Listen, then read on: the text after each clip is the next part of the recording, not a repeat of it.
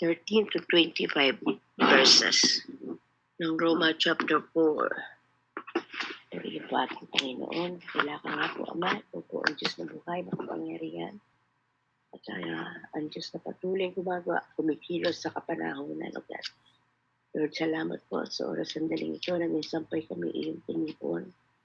Upang ikaw ay katagpuin, pagnilayan, i-meditate ang iyong mga salita na sa aming buhay. Ito po yung aming kalakasan, ito po yung aming proteksyon. Ito po yung kung saan ikaw ang Diyos na kung saan ay nagbibigay ng karangalan at kapurihan sa bawat buhay po ng iyong mga anak. Salamat, Ama. Mabuti kang Diyos. Matapat ka. At tunay nga po, O Diyos, na wala kaming magagawa kung kami hiwalay sa iyo. Thank you, Father God, for the powerful of your words, Panginoon, kung saan ay tunay na dalangin po namin na patuloy na ikaw po ang sumaamin, O Diyos. Hallelujah. Hallelujah, Lord Jesus. Purihin ka, Holy Spirit. Patuloy na ikaw nga po ang sumaamin sa oras sandaling ito, God, in Jesus' name. In the mighty name of Jesus, O Lord. Hallelujah. Yan, sabi po dito sa ating pagninilayan ngayong oras na ito sa Roma chapter 4:13 hanggang 25. Kakamtan ang pangako sa pamamagitan ng pananalig. Ayan, yun po ating Panginoon. Ano po? Sabi po dito, basahin po natin ang kabuuan. Pinangako ng Diyos kay Abraham at sa kanyang lahi na mamanahin nila ang sanlibutan. Hindi dahil pagsunod na sa kautusan, kundi sa kanyang pananalig sa Diyos at sa gayon siya ay pinawalang sala. Kung ang mga sumusunod lamang sa kautusan ay nagiging tagapagmana, walang bisa, pangako at walang kabuluhan ang pananalig. Ang kautusan ang naging sanhi na pagkapuot ng Diyos. Kung walang kautusan, wala rin paglabag. Kaya nga ang pangako ay nababati sa pananalig upang ito'y maging sa kaloob na lahi ni Abraham. Hindi lamang sa mga sumusunod sa kautusan, kundi sa lahat ng nananalig sa Diyos. Tulad niya, yamang siya ang ama nating lahat. Ganito ang nasusulat, ginawa kitang ama ng maraming bansa. Ang pangakong ito ay may bisa sa harapan ng Diyos sa kanyang nananaligan. Ang Diyos ang bumuhay sa mga patay at lumikha sa lahat ng bagay. Verse 18, pagkamat wala ng pag-asang magkaanak, nanalig pa rin si Abraham na siya magiging ama ng maraming bansa ayon sa sinabi sa kanya. Kasing dami ng bituin at magiging lahi. Mag-100 taon na siya noon at uugod-ugod na ang asawa niya si Sarah ay noong. Ngayon man, hindi nanghina ang kanyang pananalig. Hindi siya nag-alinlangan sa pangako ng Diyos, kundi lalo siyang tumibay sa pananalig at pinuri niya ang Diyos. 21, lubos siyang nanalig na matupad ng Diyos ang kanyang pangako, kaya dahil sa kanyang pananalig siya pinawalang sala. Ngunit ang salitang pinawalang sala ay hindi lamang para sa kanya, kundi para rin sa atin. Tayo pinawalang sala dahil sa kanyang pananalig sa Diyos na muling bumuhay kay Jesus na Panginoon natin. Pinapatay siya dahil sa ating mga kasalanan at muling binuhay upang tayo mapawalang sala. O Diyos, purihin na iyong banal na salita sa pagkabasa. Ayan po mga kapatid, muli sa oras sandali po ito, ang ating pong pagninilayan ay kung saan ito'y pinaliwanag nga po ni Pablo kung paano nga po, sabi po kasi dito sa verse 16, kaya nga ang pangako ay nababati sa pananalig upang ito'y maging isang kaloob na lahi sa lahi ni Abraham. Hindi lamang sa mga susunod sa kautusan, kundi tulad sa lahat ng nananalig sa Diyos, tulad niya na yamang siya ay namang natin lahat. Ayan po, makikita po natin mga kapatid. Kaya nga po, sabi nga po, siya ang ating pong si Abraham na kung saan siya nga po ay sa panahon ito na wala pa ang ating Panginoong Jesus, ano po, ay ipinakita na kung saan ay, pinakita dito ni Pablo na kung saan ay pinaliwanag niya, ay andun nga po na nagbinibigyan niyang kaluguran ng ating Panginoon sa pamamagitan nga po ng kanyang pananampalataya. Ano po? Sa pamamagitan lang po ng kanyang pananala, through his faith alone, ano po? Sa pananalig na kung saan ay siya po nakita natin na siya po talaga ang naging unang halimbawa ng isang nananalig sa isang Diyos na hindi niya nakikita bagamat maraming himala. Makikita po natin na kung saan, ito po isang bagay na kung saan, sabi nga po, before he had been heard about the rituals that would become so important to the Jewish people, Sabi nga po, ito'y pinakita na kung saan ay, napakahalaga nga po na kung saan ay tayo ay may pagkilala sa ating Panginoon na hindi natin nakikita. Tayo man din po ay tunay na alam natin na naligtas sa pamamagitan ng ating pananampalataya. At wala na pong iba tayong kaligtasan kundi yung tunay na pananalig at pagkatitiwala sa ating Panginoon. It is not by loving God and doing good that we are saved. So hindi ito lamang sa tayo gumagawa ng mabuti, kaya tayo ay naligtas at alam na po natin ito. Neither it is by faith plus love or by faith plus good deeds. Po? Unang-una, dapat nakita po na natin yung pananalig, pananampalataya sa ating Panginoon, kasabay ng pag-ibig at andun nga po yung mabuting gawa. Ano po? Ang mabuting gawa po mga kapatid ay sangkap lamang ng ating pananampalataya. We are saved only through faith in Christ, trusting Him to forgive our sin. Or more, sabi nga po dito ay ito yung tunay na kaligtasan na makamit natin through our faith to our Lord Jesus. Noon si Abraham, ay doon nga po, nanalig na siya sa ating Ama. Nang tawagin siya, na siya po ay tunay na ibinigay sa kanya ng ating Panginoon yung kanyang yung pagtitiwalang niya sa kanya na kung saan ay 75 years old po daw, sabi sa banal na kasulatan na siya tawagin, na siya pangakuan. At nung 99 years, yung pangakong yun ay 25 years pa uli niyang natanggap. Kasi 99 years old pa po siya nung magkaanak. Sabi nga po dito sa 17, ganito ang nasusulat, ginawa kitang ama ng maraming bansa, ang pangakong ito ay may bisa sa harapan ng Diyos na kanyang pinananaligan, ang Diyos na bumubuhay sa mga patay at lumika sa lahat ng bagay. Ito pong promise na ito, itong covenant na ito, ay binigay niya ang Panginoon kay Abraham. Nagpapakita, stated, Abraham will be the father of many nations. At ito po makita natin yan. Nakasulat po yan sa Genesis chapter 17 verse 2 to 4. Ano po? And that entire world will be blessed through him. At ang buong mundo at ang buong sangkatauhan ay mapagpapala sa pamamagitan nga po niya, na kung saan ay sinabi din po yan sa Genesis 12:3. Ano po?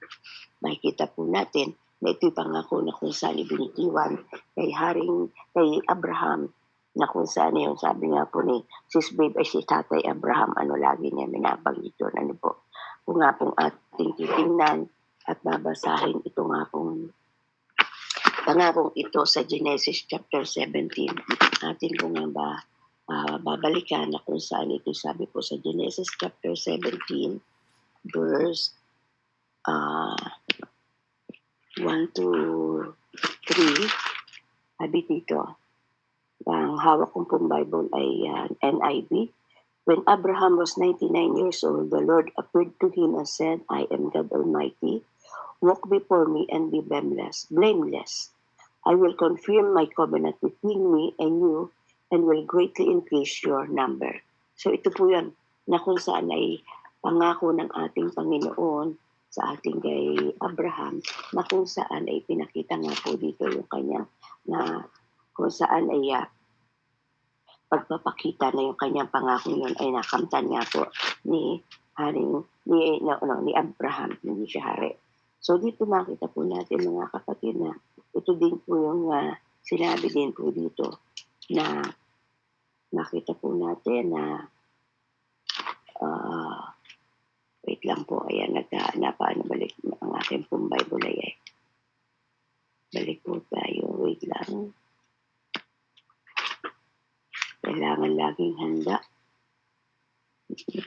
Laging prepare, Kaya sabi nga po dito ay yan, ang pangakong ito na binigay na yan ng ating Panginoon kay Abraham ay dito nga po natin nabasa. At andun nga po, sabi din po sa Genesis chapter 12:3, kung saan Abraham fell face down and God said to him, na kung saan it is, for me, this is my covenant with you, you will be father of many nations. Ano po? So ito yung naging promise at naging covenant ng ating Panginoon kay kay Abraham at ang pangakong ito ay nagkaroon ng kaganapan sa pamagitan ng ating Panginoong Hesus. Jesus was from Abraham's line and truly the whole world was blessed through him. At ayun tayo nakasama doon sa pinagpalang yon ng ating Panginoon mula po kay Abraham hanggang sa ating Panginoong Hesus. Pangako na kung saan kay Abraham na nagkaroon ng kaganap at katuparan na nung dumating na ang ating Panginoong Hesus. At mula sa lahi ni Abraham ay tunay na ito po ang naging, sabi nga, and truly the whole world was blessed through him. Ayan. Sabi po dito sa verse 21, ay sabi lang dito sa verse 21, lubos siyang nanalig at matutupad ng Diyos ang kanyang pangako. Yung pananalig na yon ay hindi pinag-alinlanganan ni Abraham. Yung pangakong yon. Sabi nga po, Abraham never doubted that God will fulfill His promise. Abraham's life was marked with mistake. Marami po, sabi nga po dito ay sins and failures. Sabi nga po natin, si Abraham, ang buhay po ni Abraham life was marked by mistake, sin, and failure as well as by wisdom and goodness. But he consistently retrusted God. Makita po natin na may hindi din perfectong tao si Abraham. Na kung saan marami din siyang pagkakamali, kasalanan, pagkukulang. At andun nga po, ay binigyan din po siya ng meron siya na kung saan ay karunungan ng kabutihan. At andun nga po na hindi siya nag-alinlangan sumunod sa ating Panginoon.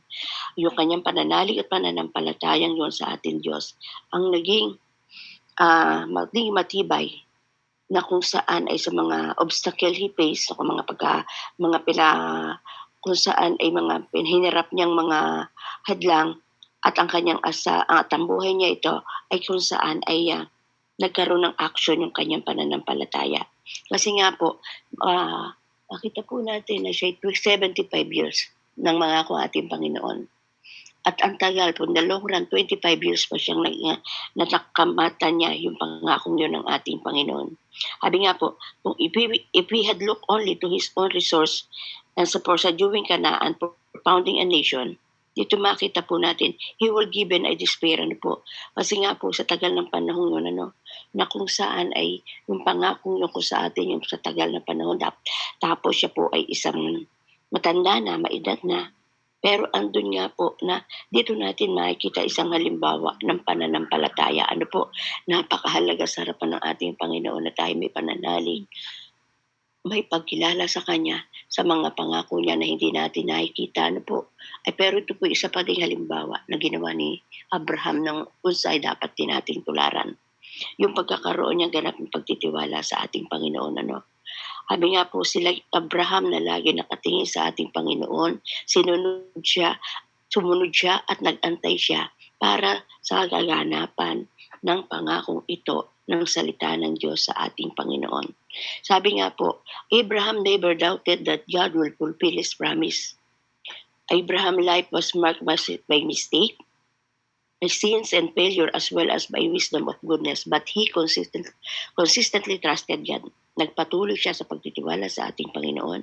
Ang kanyang kapananalig ay nagkaroon ng nagpatibay, nagsistrengthen sa kabila ng maraming obstacle na kung sa'y kanyang hinarap.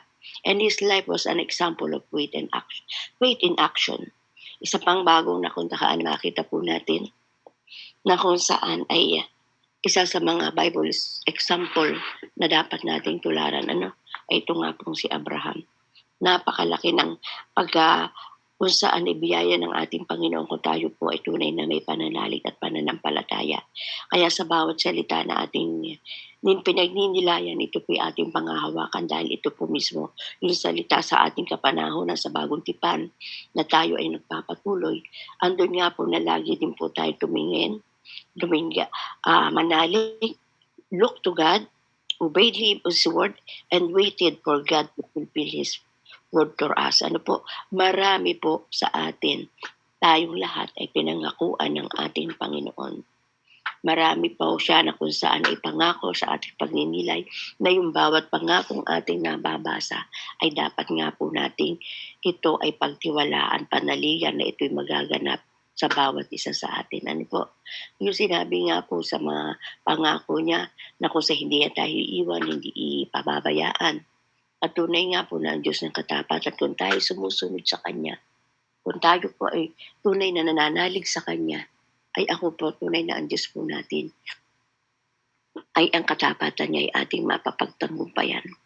Ako po ay na kung saan ay tunay na nagagalak sa ating Panginoon. Ano po, ito nga po lately na kung saan ay naging yung bagang sa ating mga ginagawa sa Kanya. Ano po, itong last Friday o last Saturday, kami po ay sa aming division ng aming po denomination, ano po, ay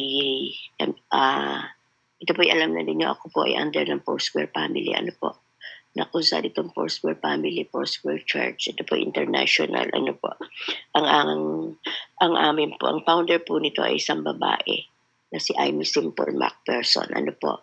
So siya po ay kung saan ay pinagpala ng ating Panginoon. Siya po ay hindi perfectong babae na kung saan ay siya po ay dalawa naging asawa niya. Pero yung pagtawag sa kanya ng ating Panginoon, na kung saan ay nung una ay talagang siya ay ayaw niya. Marami siya pagkakataon na tinatanggihan niya yung panawagan sa kanya ng ating Panginoon na siya ay tawagin bilang isang manggagawa ng ating Panginoon. Sa marami pagkakataon, umiiwas siya, pero sa bawat pag-iwas niya, may consequences na ginagawa ng ating Panginoon sa kanya. Kaya, at the end, sumunod din po siya. So, dito po ay makita po natin yung maraming himalang ginawa niya. Sa umpisa po, ito po ay year something 1920s nung siya po ay mag-umpisa, po, na kung saan ay ito po ay nag-umpisa sa Los Angeles, sa California po. At doon po nagkataon po na maraming Pilipino na, usually dito ang mga Pilipino ay galing norte, na kung saan naandun sa lugar na yon, na kung saan ay kumbagay na board again dahil sa kanya. At siya po ay marami ng ginawang himala at kababalaghan sa pagpapagaling.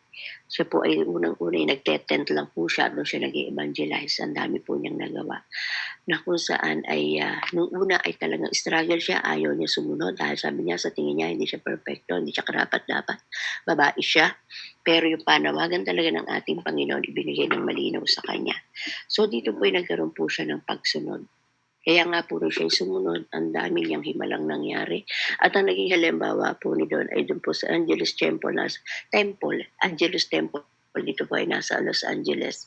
Ang naging halimbawa nga po nun ay naandun pa yung mga pinagaling niya, yung mga crutches, yung mga wheelchair na andun po pa sa iglesiang iyon hanggang sa kapanahunan na kung saan ay naging ebidensya ng himala ng ating Panginoon na marami siyang napagaling, marami siya ginawang himala sa buhay niya ang ating Panginoon. Ano po? So, dito po sa amin po kasi denomination ay marami nga din po ang babae na kung saan ay preacher, mga mangangaral. Ano po? Meron po kasi mga tao, may mga preacher pong lalaki na sabi nila hindi po sila nananalig, hindi po dapat tumayo sa pulpit ng isang babae. Pero dito po nakita ko po yung kung saan kung paano, bakit natin nahusgahan ng ating Panginoon. Ano po? Marami pong pagkakataon na marami ako nakariringgan ng preacher.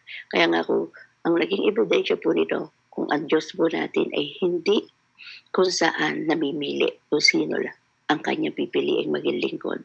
Ano ang mahalaga dito? Yung pong sumusunod. Gaya nga po, ang pinipinpoint ko dito ay yung pagsunod ng Panginoon natin sa ating Panginoon.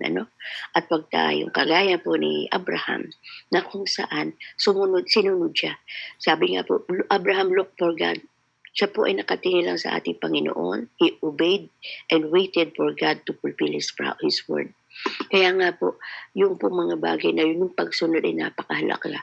Yun po yung ginawa ni Amy Simple Macpherson, yun po yung aming founder ng aming pong denomination, na hanggang sa ngayon ay tunay nga po na kung saan ang Diyos po ay talagang kumikilos.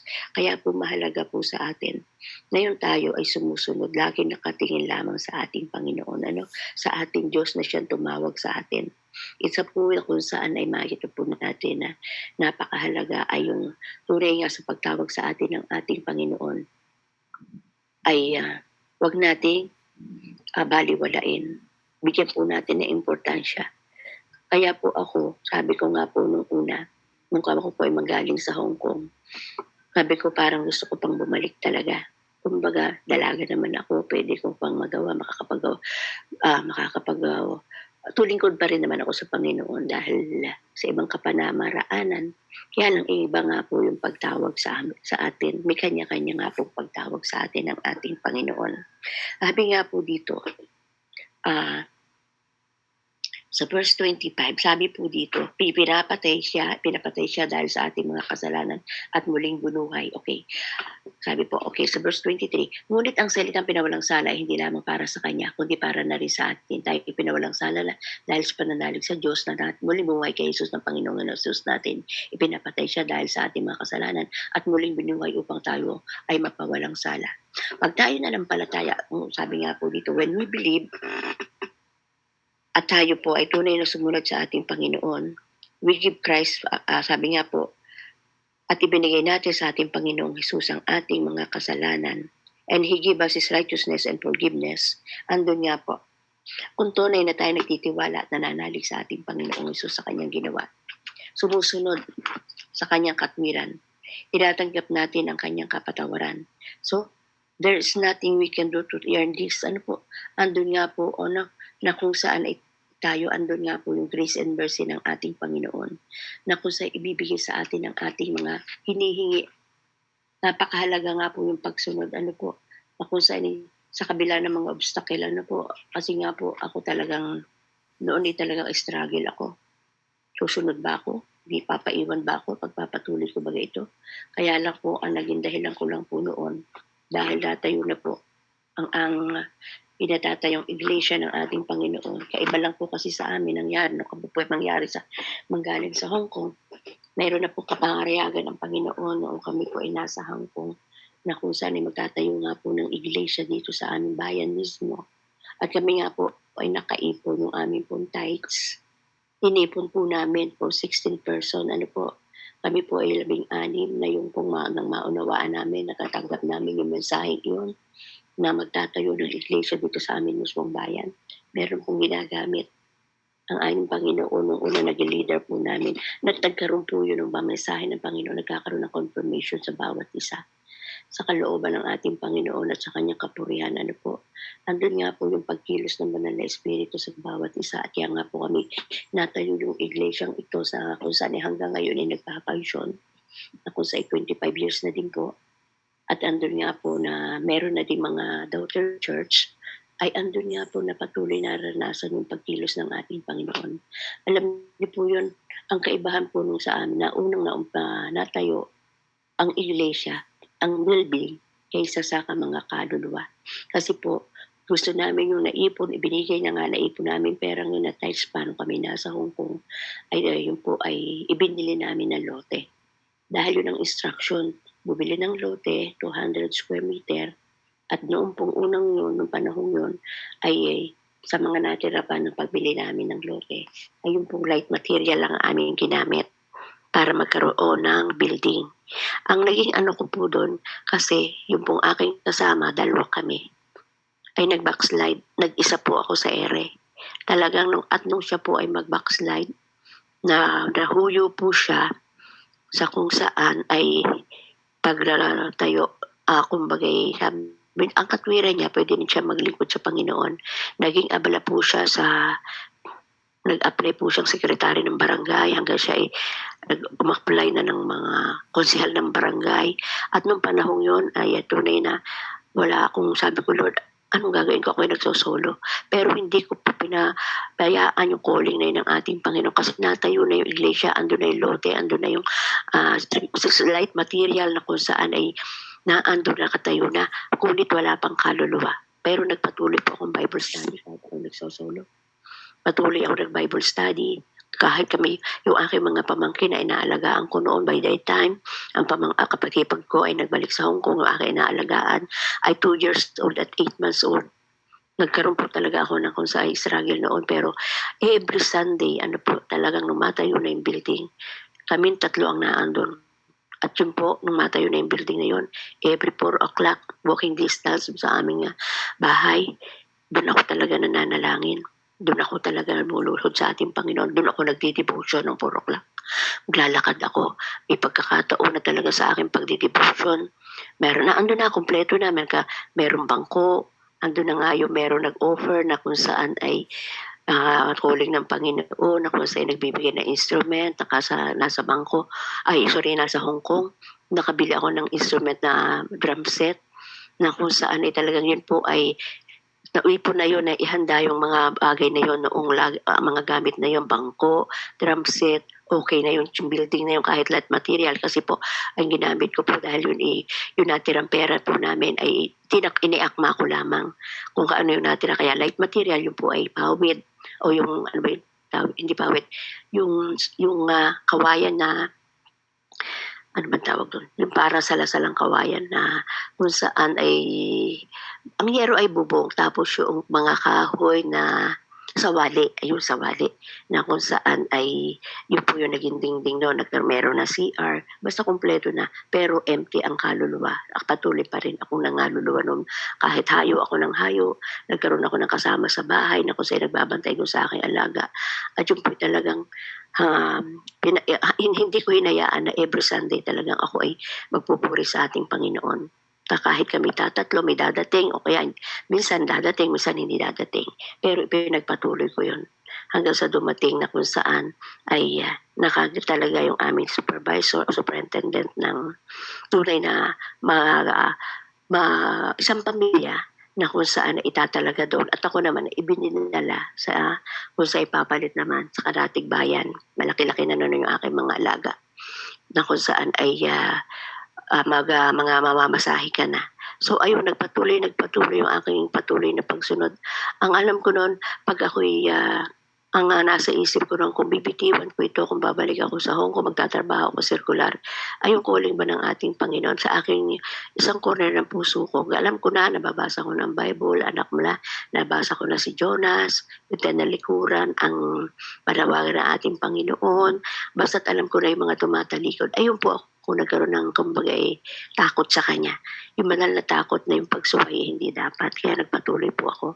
Kaya hanggang ngayon po, napakahalaga po mga kapatid talaga na ikaw ay sumusunod. Yung ang calling sa iyo ng ating Panginoon ay napakahalaga.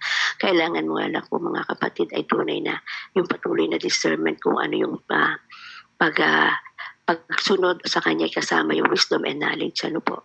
Kasi nga po ay andun na kung saan ay yun ang tinitingnan ng ating Panginoon, yung puso natin, yung ating pananalig sa Kanya, yung puso natin. Kung malinaw malinis ba yan? Wala ka bang kung saan ay may sariling agenda? May hanga, kung saan ang hangarin mo lang ay tunay na masunod ang kalooban ng ating Panginoon. Napakabuti talaga. At hanggang ngayon, yung grace and mercy ng ating Panginoon ay tunay na nararanasan ko. Yung mga sasabihin ko, may signs and wonder na ginagawa si Lord. Alam niyo po ngayon, ako po kasi nung aking habang ako'y tumatagal sa ating Panginoon, nakikilala ko ang Panginoon kung paano yung calling niya sa akin. Sabi nga po, dapat sa atin pong pagkalago, dapat you must know your calling, kung paano ka tinawag ng ating Panginoon. At lagi kang nakikinig sa Kanya. Kaya ang nakita ko ngayon habang ako'y umiidad, ang calling talaga sa akin ay mag-pioneer, magtayo. Kaya nga po ngayon, ako po ay naando na sa another town na uli, nung una, sa Lilew, and then doon nga po sa Mayhay, and then ngayon nagtatayo naman po uli sa Magdalena. Ito po yung magkakaratig bayan dito po sa amin sa Laguna. Hindi po sabi nga ng Panginoon, anak huwag kang magmadali. Lagi ang Panginoon, maalala ng ating Panginoon, ang isa sa mga bagay na kung sa ikinatatatag ng aking pananampalataya ay yung small still voice ni God na lagi mong maririnig na kung sa iyo na gumagabay ang banal na espiritu sa iyong ginagawa. At andun nga po na iba-ibang ating calling, iba-ibang ating panawagan. Sabi nga anak, hindi kita tinawag sa maramihan, tinawag kita sa mga kaluluwa na kung sa gusto kong tawagin mo, gusto kong sumunod sa iyo sa mga kaluluwa na wala pang pagkakilala sa akin. Yung wala pang karelasyon sa Kanya, yun ang panawagan sa akin ni Lord. Kaya yun po, sa ngayon o nagpapatuloy po ako na kung saan ay doon sa pioneering ko, kahit iisa yan o ilan yan, pinapapatuloy ko dahil doon ako tinawag ng ating Panginoon. Na ako, lately lang po, at yun pa po sa pagsunod natin, na meron tayong, sa pagsunod natin ay maging generous din po tayo. Nakakagulat po, kasi po yung aking isang Bible study, na andun nga po na sinabi yung akin, napaka-consistent na Bible study ko. Siya pa ay may disability, na stroke siya. At kahit siya po ay ganun, ang paglakad niya talagang, kumbaga hindi nagawa. Kumbaga nakakalakad siya, pero hindi niya naigagalaw yung kanyang kanang braso. Pero lagi siyang andon na kung saan every Sunday andon siya. Ay minsan siya dumaing pastora, ang akin nga pong anak ay isa na lang yung gusto na lang nag-aaral niyang anak, grade 12 pagpasok. Ay yung kumbaga sa pagbabahagi na namin, ayun nga po pastora, kumbaga yung kung hindi ko pa nga po naibibili ng gamit yung aking anak, na kung saan ay grade 12 ng kahit ay nung pa yung last week. So nagkaroon ako ng conviction, sabi ko ay isa naman to, sige. Sabi ko, huwag kayo mag-alala, sige. Ako na lang bibili ng mga gamit na kailangan. So ayun. Alam ba kailangan notebook? Sabi niya hindi niya alam. So tinawagan ko yung bata. Nung sinabi niya, pastora, ganito lang po. Ganito, ang aking po kailangan, ganyan lang po, yun lang po. So ayun, sabi ko, sige, ako na lang ang bibili. Ayun po, tapos nga po, nagkaroon kami ng gawain nung Sabado. Isa pa rin po sa gawain na kung saan ay dapat lang, yung anong tungkulin natin, ginagawa po natin ng matapat. Kami po ay sa amin pong denomination, meron po kami na kung saan ay, ako po ay kasama sa Department of Prayer. Coordinator po ako ng aming division at doon po sa bago namin meron kaming plano na kung saan per January, 2 gawain sa loob ng isang taon, malaking gawain ang aming ginagawa. Meron kasi mga kananayan, katatayan, kabataan, may children. Ay ako po sa Department of Prayer, kaluwalhatian ng Panginoon. Sa Department of Prayer po ako yung coordinator sa aming division at sa district meron pa rin pinakang coordinator. So meron pa kami last year, nagplano po kami na prayer and fasting pag January. Nagkaroon po ng kaganapan at ngayon po kahanon Saturday dahil June 12 dapat ginagawa kaya lang iminumod ng 14. Yun po pinalano namin ng November at habang nagpaplano kami, may kasama kaming ayuno habang katuparan noon. At nagkaroon nga po ng katuparan noong 12 at noong Saturday at nakita po namin ang katagumpayan ng aming ginawa. Habang pinaplano po namin yun, may naka-assign po sa amin, sa kami po ay 6. Bawat araw ikaw naka-assign sa pagpapasting para po sa gawain yon, pananalangin. At yun po ay salamat sa Panginoon, naging victory at tunay nga po na ang presence ng Panginoon ay nandun nga po. Nakita mo yung pagtatagumpay sa bawat gawain na iniaangkla natin sa ating Panginoon. So doon po, yung pagsunod po yun, yung sinasabi kong yun, at ganun nga po kahapon, ay sa baka yung plano ko palang na pagbibigay, nabibigyan ko yung batang yun ng kanyang mga kailangan sa eskwelahan dahil talagang hindi makatugunan ng kanilang meron silang kinikita pero hindi pa sa panahon ito hindi pa sapat para ibili ng gamit kaya nag-pledge na lang ako. Alam niyo po, nagulat na lang ako nung pagkabili kong yon, ayan, salamat sa Panginoon, salamat sa mga kapatid, ang very generous heart na hinihingi po ng ating Panginoon. Pangako ko lang po yung ginagawa lang ang pangako sa ating Panginoon. And then suddenly, ayan, mayroon pong mga generous people na kung saan ay naglagay sa aking GCash. Nagulat na lang ako na kung saan sa ating kapatid na kung saan ay pagmulat ko sa umaga ng pagkatapos ng devotion ay meron na kaagad bigay si God. Na kung saan ay hindi siya ganun kalaki pero sa puso ko, Lord, salamat. Napakabuti mong Diyos. Dahil yun nga po, sa totoo lang mga kapatid, yung aking GCash, hindi po siya na-empty. Ako po talagang ako pa po ang nagbibigay sa kapurihan ng ating Panginoon sa aking mga Bible study. Hindi ko sila hinahayaan na kung saan ay pagkatapos ng salita, ay meron din po akong physical feeding. Binibili ako para, idinadala ako para sila po. Kumbaga hindi ma-board sa pag-aaral lang naman ako, word lang.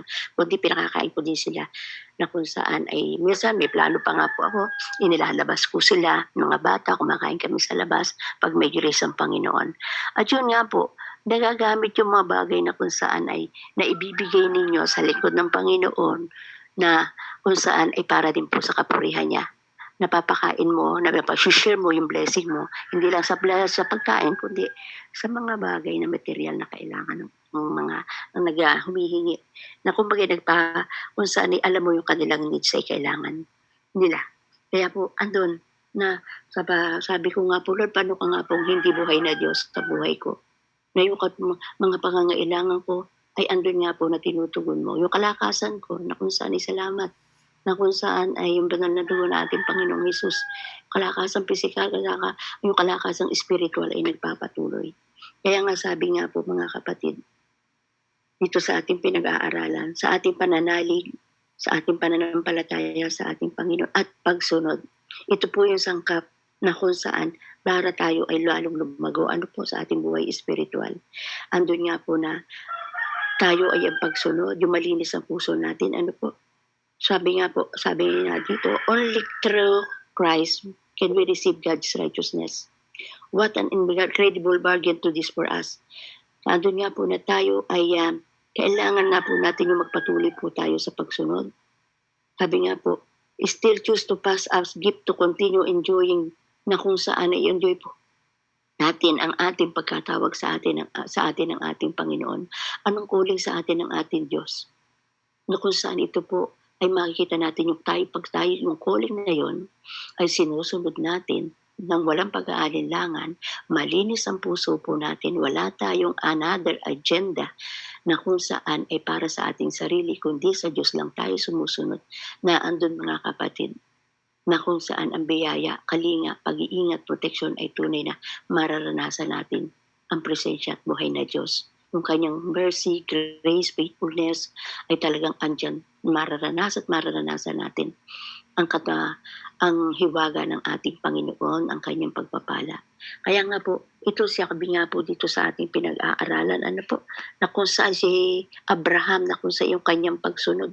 Ang naging po natin dito sa ating pinag-aaralan ay yung ginawa nga pong halimbawa to ng ating tatay Abraham, na kung saan ay ang pangako ng ating Panginoon ay hindi mapapanalian. Tunay na ito ay magaganap at magaganap. Yung planong maganda sa atin ng ating Panginoon, kakamti natin. Kasi nga po, ang Diyos ang nangako na, I will never leave you nor forsaking you, di po baga? At ang ating pangako sa atin sinabi nga po niya sa Jeremiah 21, kung saan ay yung plano niyang mabuti para sa atin, ay tunay na ito'y magkakaroon ng kaganapan. Basta lang po tayo, malinis yung puso natin, sumusunod sa kanyang naisin, wala po yung agendang pansarili, kundi ang binibigyan lang po natin parangal ay ang ating Panginoon lamang. Yung ating pananalig, ang naging nga po natin dito, ay yung pagkaroon tayo ng sapat na pananalig sa ating Panginoon, na gaya nga po dito ni Abraham. Ito po kasi, kasi tayo ay merong ganitong mga sa atin po, dito po sa ating 3 a.m. devotion, na advance ko pong basahin ang ating mga kasama ko po sa devotion, yung ating pag-aaral sa ating salita, na kung sa everyday tayo na may nagbabasa, kaya nga po kasama ko sa devotion ay sa oras sa araw bagang ito, po yung aming chapter verse na babasahin. Kaya po dito po ay nagkakaroon na, binibigyan na ng Panginoon, ng Holy Spirit, yung mga kumagay sa insight natin, yung kung ano yung bagay na ipinakikita. Ito pala yung nais niya na dito po pala, ito pala yung pala dapat sa pagninilay po na pala natin, namin na ito pala yung dapat. So, meron pang kaunting-kaunting bagay na sa pagbabasa pa lamang, ay meron na pinuunawa ang Holy Spirit. Kaya nga po, sa ganitong pagkakataon na biglaan, actually kanina habang umaawit pa yung ating kapatid, medyo talagang nag-aagaw tulog pa po ako. Talagang hinahatak pa rin ng antok, Lagi ko na naaalala yung ating Panginoong Hesus na kasama yung mga kanyang mga alagad na sila Pedro, si Jesus ay nananalangin naman talang tatlo antok na antok pa. Ay talagang yung antok na yun ay naranasan ko na. Pero nung makita natin na wala pala yung ating tagapagsalita, tawagin na may biglang nagising. So, kaya nga po, pag tayo po ay nag-advance, na kasama sa devotion natin sa pagbabasa, napakahalaga po talaga na tayo magbabasa ng salita ng ating Panginoon. Dahil sa ganitong pagkakataon na biglaan, ay meron ka na kung saan ay biglaan na kung saan ina-assign ka na magpaliwanag, ay nagkaroon ka na kasi ng idea na nabasa mo ng advance, Kaya meron ng Holy Spirit na inilalagay sa puso natin kung ano yung gusto niya ipahiwatig sa salitang ito. Kaya po natin pinagninilayan. Kaya mga kapatid, huwag po nating alisin po natin ang pag-aalinlangan gaya ni Abraham, na kung saan na Abraham never doubted that God will fulfill His promise. Kaya yun po, tayo din po maraming pangako sa atin ng ating Panginoon. Sa mga bata pa kayo kagaya ninyo na tinawag na ng ating Panginoon, panghawakan po natin, na kung saan ang mga pangako ng ating Panginoon ay tunay na totoo at mabisa sa bawat isang sumusunod. Tatlong bagay ang makita po natin, makakamta natin ang pangako sa pamamagitan ng ating pananalig, pangako, pananalig, at pagsunod. Yun po ang nakita ko sa tatlong bagay na ating pinag-aaralan. Kamtin yung pangako, asahan natin yung pangako ng ating Panginoon, manalig tayo sa kanyang pangako, at sumunod tayo sa kanyang atas. Yun lang po ang nais ko maibahagi sa biglaang pag-assign. Purihin ka, O Diyos, maraming salamat po. Tunay nga po, O Diyos, sa aking mga karanasan, ay tunay na ikaw po yung Diyos na kung saan sumusubaybay sa akin, Panginoon. At salamat sa mga pagkakataong ito, O God, Holy Spirit, na kung saan tunay nga po na mayroon kaming pagbabasa ng iyong mga salita ay mayroon kang idinuturo at mayroon kang ibinibigay para sa ganito na kung saan ay hindi inaasahan. Tunay nga po, O God, na bilang mga anak mo dapat lagi kaming maging handa sa anumang oras at sandali ay meron kami na kung saan panangga at panamlaban sa gawa ng kaaway na akala niya ay kung wala man magsasalita, pero tunay nga po, O Diyos, na salamat dahil ikaw po ay sumusubaybay, gumagabay, nagbibigay ng karunungan, ng tapang at talino upang yung mga gampanin namin sa pagkatawag mo ay amin pong tunay na magawa, O God. Salamat, O Diyos, na sa umagang ito na minsan pa sa araw na ito, sa panibagong araw namin dito sa Pilipinas ay kami nga po, O Diyos, ay ginising mo sa pagkakataong ito, God, upang ang iyong salita ay tunay na pagnilayan. Lord, salamat sa mga bago namin nakasama sa araw na ito, Panginoon, sa buhay ni Kuya Jude, Panginoon, ni Ate Kat, Panginoon, Sister Caroline, Panginoon. Lord, tunay nga po na hindi aksidente na kasama namin sila, kundi ito yung araw at oras na kung saan ay ginising mo sila o tinukan ang damdamin para kami makasama sa oras ang daling ito, magkasama-sama.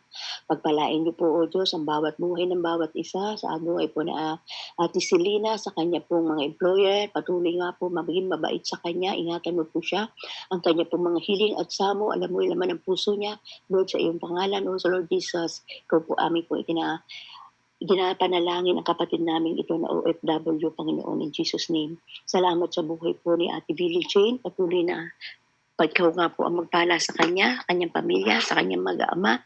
Ikaw nga po ang Diyos na magpala, yung kapayapaan, inner peace, inner joy, inner strength.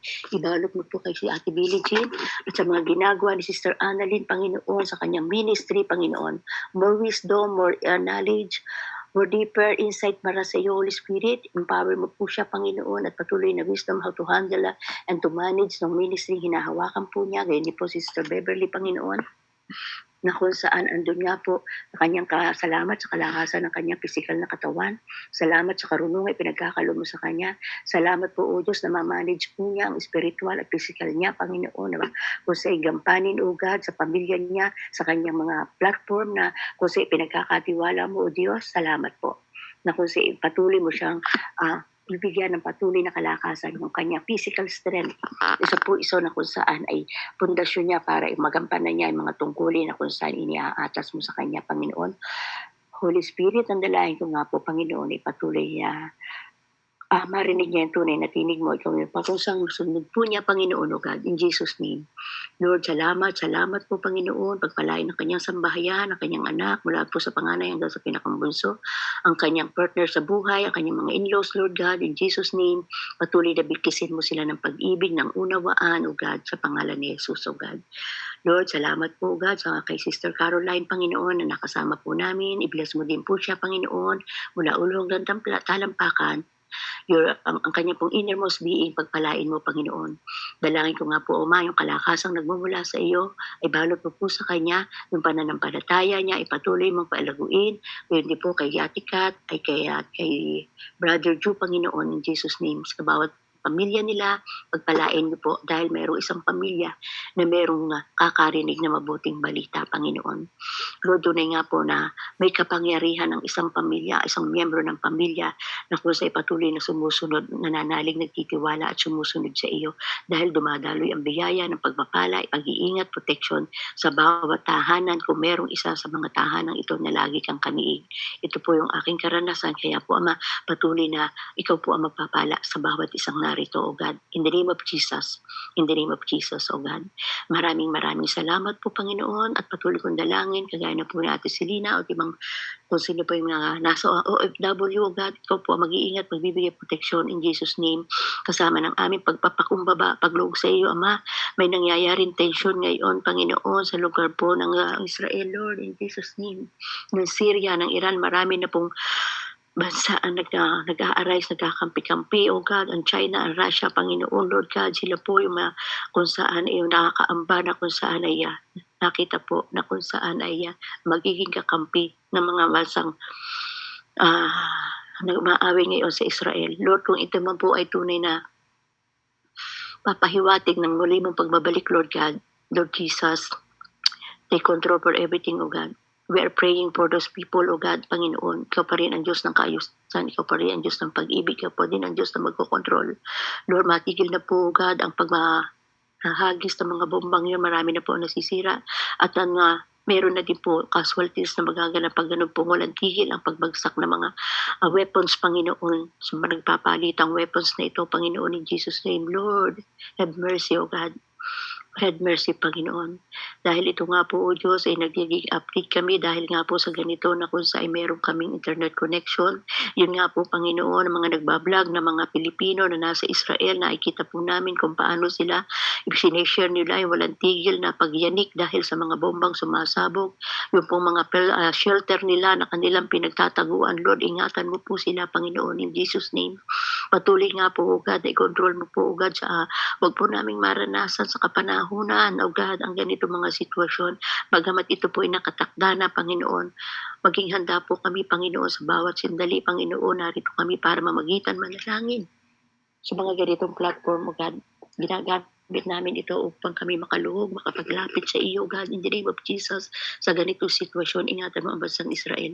Ingatan mo, Panginoon, mga Pilipino doon. Sa lahat ng panig ng mundo, God, in Jesus' name. Kaya po, Ama, sa aming gawain ito, ikaw po ang aming pinupuri. At sa aming ginagawa, Panginoon, alam po namin na yung mercy, grace mo, yung iyong pag-ibig sa katauhang nananalig sa iyo, makokontrol po yung mga bagay na hindi namin kayang i-control, O God. In Jesus' name, in Jesus' name. Salamat po, Ama. At kami nga po, O Diyos, ay patuloy na pinupuri at pinadakila, O God. In the name of Jesus, in the name of Jesus, purihin ka, Ama.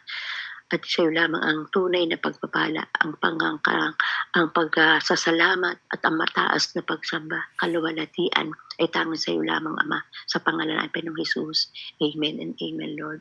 Back to you po. Ayun po, sino po bang ating presider? Thank you po. Back to you po. And glory to God po. Po, mga Pastora Ami, sa mensahe na ibinawa ng ating Panginoon sa pamagitan po ng iyong buhay at naway patuloy ka po na magamit at pagpalain ng ating Panginoon. Amen. At